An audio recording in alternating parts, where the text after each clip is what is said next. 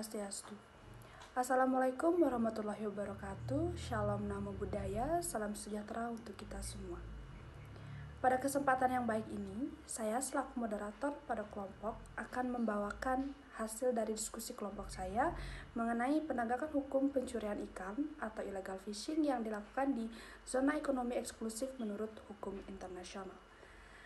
Baik, sebelum pemaparan materi, ada baiknya saya memperkenalkan anggota kelompok saya, yaitu yang pertama ada Niputu Mahadita Dimaswari, kemudian Andini Nurlisa Putri Sawaki, kemudian yang ketiga Ninyomas Larasati, dan yang keempat saya sendiri Nikade Citra Pardani.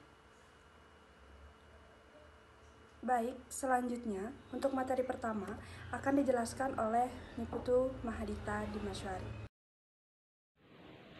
Baik, perkenalkan, nama saya Niputu Mahadita Dimaswari, NIM 1914101005. Di sini saya akan membawakan materi terkait kegiatan illegal fishing di perairan Indonesia. Lalu, terkait dengan materi ini, apa sih illegal fishing itu? Nah, kegiatan illegal fishing merupakan kegiatan yang dilakukan oleh orang maupun kapal asing terkait dengan penangkapan ikan secara ilegal di daerah perairan yurisdiksi di suatu negara dengan tanpa adanya izin dari negara tersebut atau juga bertentangan dengan peraturan perundang-undangan yang berlaku di negaranya. Lalu terkait dengan studi hukum internasional, di sini mengatakan kejahatan illegal fishing dikategorikan sebagai kejahatan transnasional atau transnational crime yang terjadi di suatu lintas batas negara yang melibatkan kelompok maupun jaringan yang bekerja di lebih dari satu negara untuk merencanakan dan melakukan kegiatan ilegal ini. Lalu contohnya apa? Contoh kegiatan illegal fishing ini yaitu sering banget kita dengar, yakni kegiatan illegal fishing di perairan Laut Natuna, seperti itu.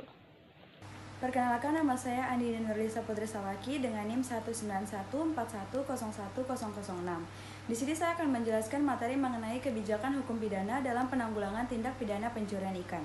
Kebijakan hukum pidana mengusahakan atau membuat dan juga merumuskan suatu perundang-undangan yang baik dalam upaya efektivitas pembangunan di bidang perikanan.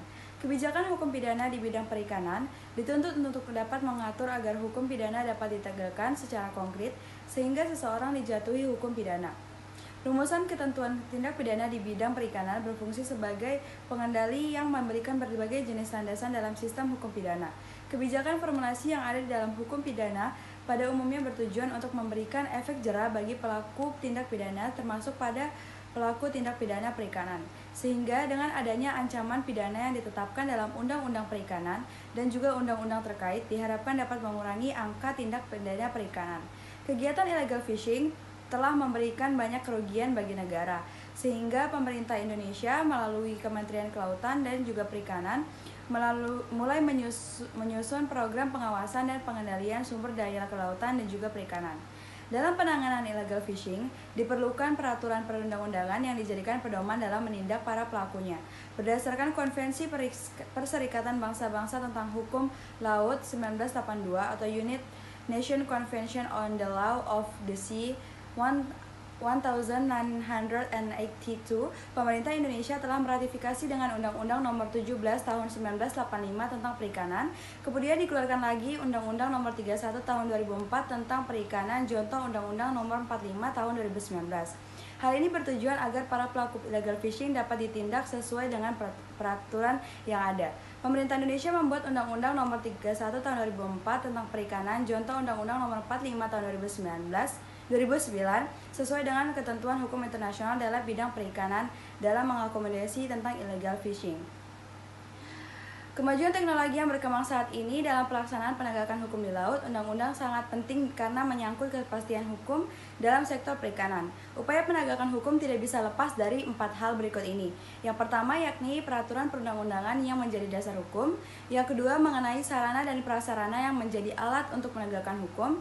Yang ketiga sumber daya manusia yang menjadi pelaku untuk menegakkan hukum. Dan yang terakhir mengenai budaya hukum yang berkembang di masyarakat. Keempat pilar penegak hukum tersebut harus dapat menopang secara keseluruhan sehingga tidak terjadi ketimpangan dalam pelaksanaan penegakan hukum dan dapat berjalan secara benar dan juga secara optimal. Halo, perkenalkan nama saya Ninyo Malarsati dengan NIM 1914101033. Pada kesempatan kali ini saya akan menjelaskan mengenai materi selanjutnya, yaitu mengenai pengaturan zona ekonomi eksklusif dalam UNCLOS mengenai kegiatan illegal fishing. Perlu kita ketahui bahwa Konvensi PBB telah mengatur tentang hukum laut dalam UNCLOS atau United Nations Convention on the Law of the Sea, yang juga merupakan hukum perjanjian laut. Hukum perjanjian laut ini pun sendiri termasuk dalam perjanjian internasional yang dihasilkan dari Konferensi PBB tentang hukum laut yang diselenggarakan pada tahun 1973 hingga 1982. Indonesia sendiri merupakan negara pantai dengan luas wilayah laut tambahan yang sesuai dengan aturan PBB melalui UNCLOS 1983, di mana terdiri dari wilayah landas kontinen dengan zona ekonomi eksklusif. Di mana pada pasal 77 ayat 2 bab 4 dalam UNCLOS 1983 dijelaskan mengenai hak untuk melakukan eksplorasi, eksploitasi, dan pemanfaatan sumber daya laut di wilayah landas kontinen dan zona ekonomi eksklusif merupakan hak istimewa bagi negara pantai dan tiada seorang pun dapat melakukan kegiatan tersebut apabila tanpa adanya persetujuan resmi dari negara tersebut. Sehingga adanya kegiatan illegal fishing yang dilakukan negara asing di perairan Indonesia merupakan kegiatan yang melanggar hukum internasional, terutama pada bab 5 dan bab 6 yang membahas tentang zona ekonomi eksklusif dan landas kontinen. Selanjutnya pada pasal 73 bab 5 tentang ZEE dijelaskan bahwa dalam melaksanakan hak berdaulatnya, negara pantai dapat melakukan tindakan menaiki kapal, memeriksa, menangkap, dan melakukan proses pengadilan sebagaimana yang diperlukan untuk menjamin ditaatinya peraturan perundang-undangan yang ditetapkannya pada konvensi ini. Selanjutnya, pada pasal 51 UNCLOS dijelaskan mengenai negara kepulauan harus menghargai perjanjian yang ada dengan negara lain dan harus mengakui hak perikanan tradisional atau traditional fishing rights negara tetangga yang langsung berdampingan dalam daerah tertentu yang berada dalam perairan kepulauan. Nah, dalam argumen Tiongkok dikatakan bahwa mereka tidak melanggar UNCLOS karena mereka menganggap bahwa Laut Natuna Utara merupakan bagian dari traditional fishing grounds Tiongkok. Namun, dalam kenyataannya, sesuai dengan pasal 73 UNCLOS, Indonesia berhak untuk mengambil tindakan tersebut. Dan berdasar pada pasal 51 UNCLOS bahwa dinyatakan tidak ada istilah tradisional fishing ground di dalamnya atau tidak dikenal istilah tersebut dalam UNCLOS. Baik, di sini saya akan menjelaskan materi selanjutnya, yaitu materi keempat mengenai upaya pemerintah Indonesia dalam menangani kejahatan illegal fishing. Adanya kegiatan illegal fishing yang terjadi berkali-kali ini tentunya membuka mata pemerintah Indonesia untuk melakukan beberapa tindakan agar kejadian merugikan ini tidak terulang lagi.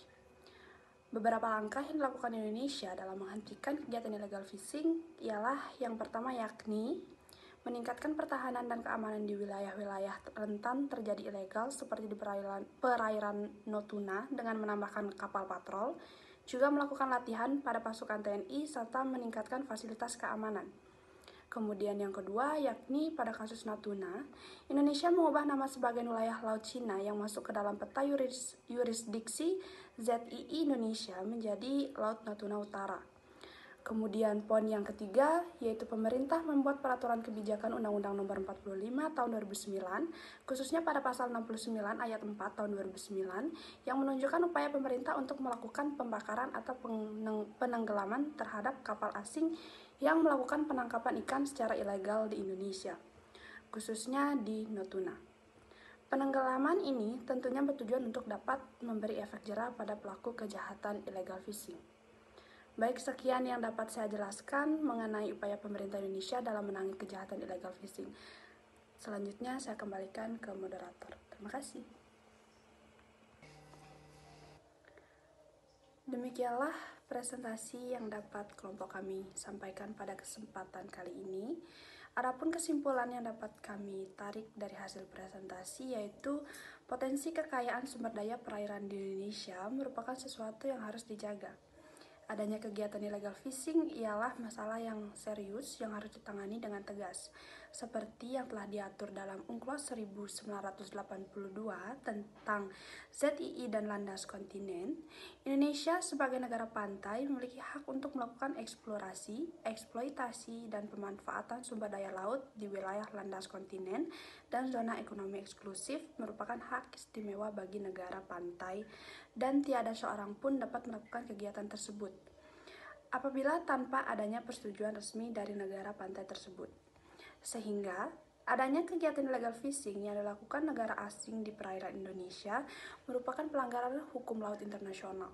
Maka, tindakan penanganan juga penjagaan keamanan oleh pemerintah Indonesia harus lebih ditingkatkan agar tidak terulang kembali terjadinya kejahatan illegal fishing di perairan Indonesia.